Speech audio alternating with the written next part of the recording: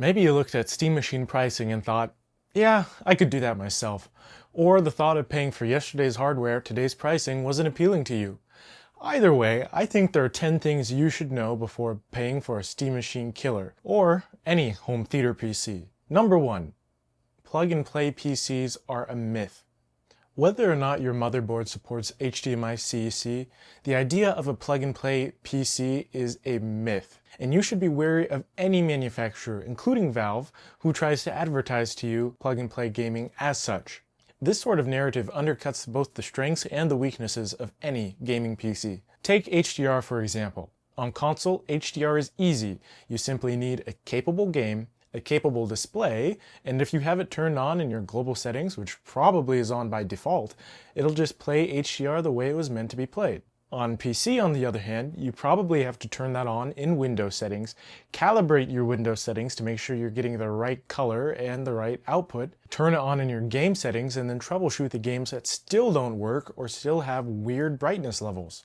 Broken HDR implementation, like many issues on PC, isn't a Windows issue or a Linux issue, it's just a platform issue. And the idea that that can be solved by just putting your PC in a smaller form factor is going to lead to disappointment. Number 2, you have to optimize your setup for your primary use case. Unlike your desktop, your home theater PC is not a general purpose workhorse. You want a separate computer because your desktop doesn't do something well. So I suggest you isolate the pain points from your regular desktop and hone in on those when building your home theater PC, or choosing to buy one from a third-party manufacturer. Take my home theater PC right here, which I call LunchBox. It was originally a full-size ATX tower that I intended to sell, and then computers became an appreciating asset. Instead of letting it go to waste, I decided to create a full-size desktop replacement on the go, and I tried to get as many desktop features as possible. My priority wasn't making it small, it wasn't making it pretty, it wasn't making it fit in a specific spot of my house. I just wanted to use my desktop in places where my desktop couldn't usually go, and I chose the rest accordingly. There are many things you can optimize for, so you're going to have to choose the ones you care about and you're going to use the most. Are you trying to fit it in a specific place? Optimize for form factor. Are you trying to put it in somewhere quiet? Optimize for noise. Are you putting this thing in an extremely prominent position in your house?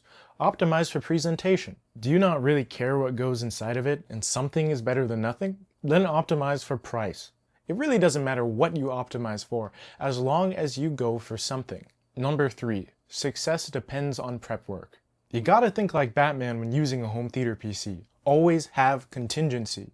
Don't buy parts without knowing how loud they are. Don't buy cases without knowing if they're going to fit. And don't plan to use them unless you have everything updated, signed in, and configured the way you want them. You can turn on a console after a year of not using it and get into a game a minute later. You can turn on a PC after a week of not using it and have a day's worth of updates. Prep work is the key to enjoying any PC, so probably keeping around an extra set of cables and even a wireless keyboard and mouse set can be good for using it when you need to. Number 4, you'll have the most fun when you don't treat it like a console. If you're going to limit a home theater PC to anything a console could do, and you're going to make it perform like a console would, why not get a console? You should lean into things with your home theater PC that you can't do anywhere else. Maybe that's how you customize your operating system. Maybe, like I did, you put a hard drive inside there instead of just an SSD. Maybe it's the controllers you use, the games you play, the mods you use. Anything and everything works. Just use it like a PC, and you'll enjoy it like a PC. Mine has a carrying handle. Can you do that on your PlayStation? Number 5, m-ATX builds can be smaller than you think. If you compare ATX and m-ATX motherboards, you might think that you can only get a meaningfully smaller PC with ITX builds or smaller. This is simply not true. One of the most popular m-ITX cases out there is NZXT's H2 Flow, which comes in at 20.7 liters of space. Guess what this case has? It's m-ATX. 20 liters of space. If you compare the dimensions, you can see the H2 Flow and a lot of other m-ITX cases don't really save a whole lot of space. They just reposition it in places where ATX or m-ATX cases don't usually go, such as up in its case instead of out. The H2 Flow is $50 more expensive than this Jonsbo Z20 that I have right here, and m-ITX motherboards are really expensive, just to give you less M.2 slots, less I/O, less compatible cards, and a less compatible case. By using an m-ATX build, you can get the same amount of RAM slots, 2 rather than 1 SSD slot, 1 PCIe slot versus 2, the same amount of I/O, and it's a lot easier to build in while being a lot cheaper. Sometimes you can get equivalent m-ATX motherboards for less than an ATX motherboard because it's a less used form factor. In this case, I'm using 90% standard ATX parts, a full-size power supply, a full-size hard drive, a full-size graphics card, etc. It can even fit water cooling. The only thing that's smaller than usual is the m-ATX motherboard itself. Number 6. All AMD builds are your friend. You like convenience, you'll like SteamOS. You like SteamOS? SteamOS runs on Linux. Linux is open source. AMD makes all their drivers open source. NVIDIA hates open source. They do not make their drivers open source. NVIDIA hates Linux. It really is that simple. AMD makes their driver technology fully open source, and it is built right into the Linux kernel, meaning whether you boot up any operating system, your AMD parts will be immediately recognized and they will get community optimizations, meaning AMD parts often run faster on Linux than they do Windows. NVIDIA, on the other hand, keeps their stuff proprietary. They keep updates slower than usual than on Windows. NVIDIA parts consistently lose performance going from Windows to Linux.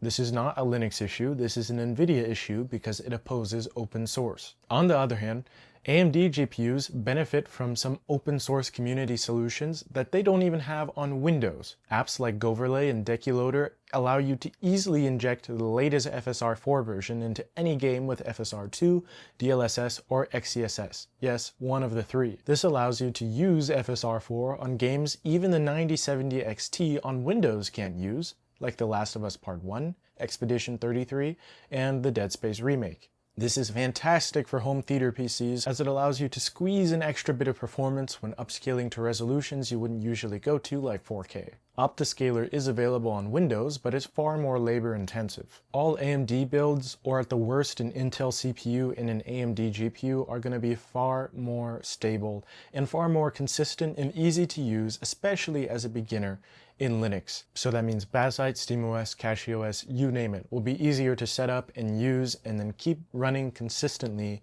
as a first-time user or as a casual player. Number 7. Keep an eye on resale. Attractive, well-built small form factor PCs fetch a much higher price than their comparative ATX builds on resale sites. If you take a look at what people want now, you can fetch a couple $100s back into your wallet when you sell it later. Alternatively, you could find a nice used PC that would be perfect to put into a smaller motherboard and case, and do it for a lot cheaper than you could buy new.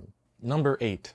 The devil's in the downloads. 9 times out of 10, you aren't going to be playing the exact same sort of games that you're playing on your desktop PC on your home theater PC. So why download them? Curating a home theater PC collection can improve your experience in 3 ways. 1, it frees up storage space. 2, it improves the chances that you'll actually enjoy the game that you're playing on. And 3, it reduces the amount of random downloads that you'll get month to month. If you want the best of both worlds, maybe you can even find a cheap hard drive to put to keep the games that you don't usually play but you still want to keep around. Number 9. Laptops work too. Truthfully, 90% of your home theater PC needs could probably be fulfilled by a good gaming laptop. Since a laptop has more use cases overall, upgrading or focusing on getting a high-powered gaming laptop might improve your gaming experience more than a dedicated home theater PC. They're both computers at the end of the day, so just throw an extra HDMI cable in your computer bag. Number 10. Xbox Helix might make home theater PCs a moot point. The best Steam Machine alternative you might find is an Xbox. The next console generation is just a few months away, so any decision you make should be rooted in that fact. Since Xbox Helix is supposed to be a console PC hybrid, a well-made Xbox Helix could probably stomp anything that you could build today in terms of versatility and quality. But on the other hand, Xbox is making a bit of a push back to the walled garden, so take what I'm saying with a grain of salt. It could be the next best PC since sliced bread, or it could be a waste of time. You'll have to see. Comment below your favorite uses for a home theater PC. Thanks for watching and see you next time.